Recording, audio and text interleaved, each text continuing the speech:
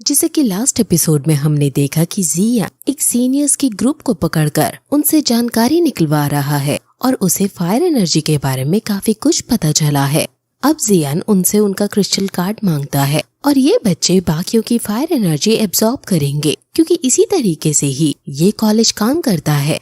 जी junior समझ जाती है कि स्काई बर्निंग की रिफाइनिंग टार वो वजह है जिससे सभी स्टूडेंट्स यहाँ के इतनी जल्दी कल्टीवेट कर पाते हैं। वू हाउ को पार लिस्ट के अंदर आने में ज्यादा इंटरेस्ट है और वो कहता है कि जब वो इनर कॉलेज में पहुँच जाएगा तो वो हर एक अपॉर्चुनिटी को खोजेगा।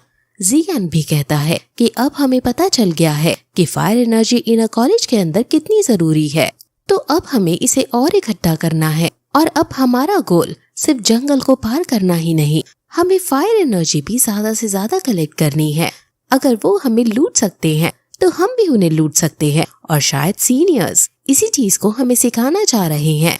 ब्लैक फ्यूरी और व्हाइट फ्यूरी को छोड़कर हम सीनियर्स की हर एक टीम पर प्लानिंग के साथ हमला करेंगे और उन्हें हराकर फायर एनर्जी प्राप्त करेंगे। सभी जियान की बात से एग्री हो जाते हैं और अब शिकार खुद शिकारी बन गया है। अब जियान को चलते चलते एक सीनियर का ग्रुप दिखता है और तुरंत वो ग्रुप्स आपस में लड़ने लगते हैं। जियान का ग्रुप काफी शक्तिशाली है और वो सीनियर्स के साथ अपनी सभी स्किल्स का यूज करते हुए लड़ रहे हैं। सीनियर्स भी कोई ऐसे वैसे लोग नहीं हैं, ये इनर कॉलेज के स्टूडेंट्स हैं, यानी काफी टैलेंटेड, इसलिए इनका युद्ध आइकॉनिक लेवल का दिखाई दे रहा है।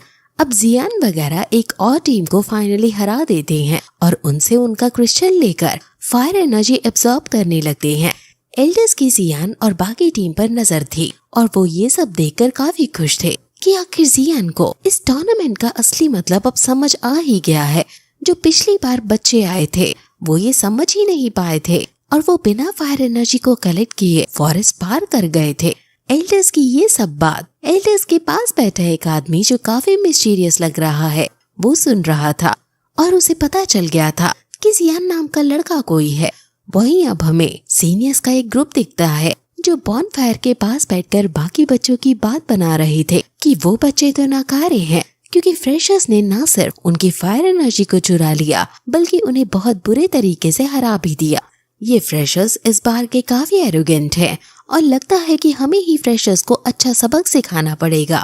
वहीं दूर पेड़ पर बैठकर जियान इन सभी की बातें सुन रहा था और अपने ग्रुप को इन पर हमला करने को कह देता है। सभी तुरंत बॉनफायर के पास जाते हैं, लेकिन जब वहाँ वो पहुँचते हैं तो वहाँ उन्हें कोई नहीं मिलता। वो इससे पहले कि कुछ समझ पाते कि एक तीर उनकी तरफ आता है, हालांकि वो हाउ तलवार से उस तीर को रोक देता है। जियान समझ जाता है कि उन्हें पहले ही हमारे आने की खबर हो गई है। वो हाउ जहाँ से तीर चला था वहाँ जाने लगता है और लड़की भी उनके पीछे पीछे जाने लगती है। जियान उनको रोकने की कोशिश करने ही वाला होता है कि तभी एक ओपोनेंट उनके सामने आ जाता है।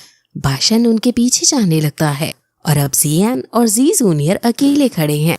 जियान को एक हलचल महसूस होती है और वो तुरंत उसके पास जाने लगता है। वहीं वो सीनियर जो वो हाउ को उकसाकर उसे अपने पीछे ले जा रहा था, वो कई सारे अपने बिछाए गए ट्रैप से उन्हें गुजरवाता है।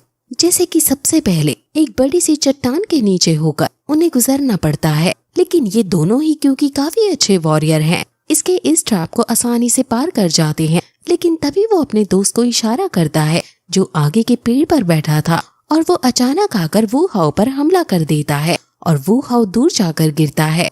अब वो लड़की से लड़ने की कोशिश करता है। अब ये अकेले अकेले हो गए हैं और अकेले में सीनियर्स की स्ट्रेंथ ऑब्वियस रीजंस की वजह से ज्यादा है और ये हार सकते हैं। अब ये लोग लड़कों को घेरकर उसे घायल करने ही वाले थे कि तभी वहाँ जियान की तलवार आ जाती है जो एक ही बार में अपने दोस्त को बचा लेती है।